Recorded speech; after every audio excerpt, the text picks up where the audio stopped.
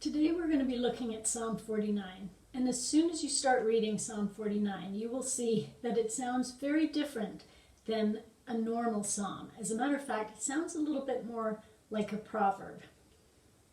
Starting in verse 1, he says, "Hear this, all you peoples. Listen, all who live in this world, both low and high, rich and poor alike. My mouth will speak words of wisdom. The utterance from my heart will give understanding. I will turn my ear to a proverb. With the harp I will expound my riddle." So this teacher, it's a Levitical teacher, he is trying to share some wisdom with people. And the people specifically to whom he is speaking are people who look at the rich and look at the ease of their lives and think that they are the ones who have it all together, who have wisdom. And so the writer here is trying to teach them something. And he says he is teaching those who think the rich are doing a great job, and also he is teaching those who trust in their wealth and boast of their great riches.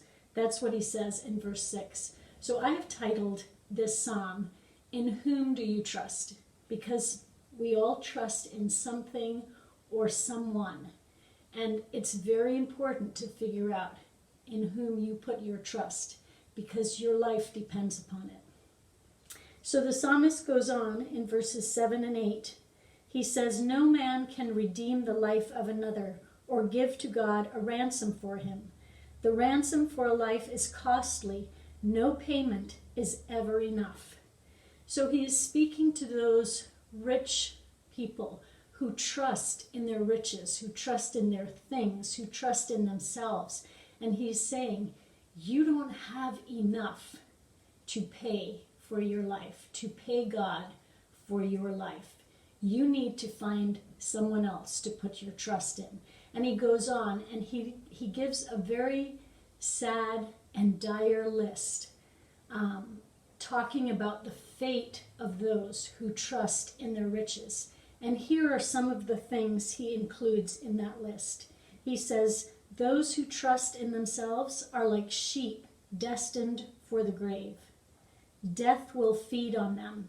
The upright will rule over them. Their forms will decay in the grave, far from princely mansions. The rich take nothing with them. Their splendor does not descend with them, and they will never see the light of life.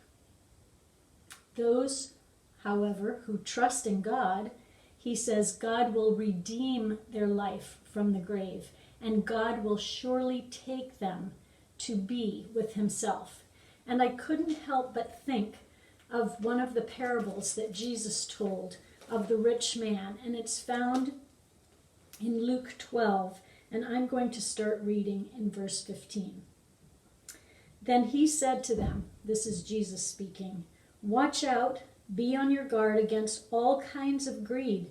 A man's life does not consist in the abundance of his possessions." And he told them this parable.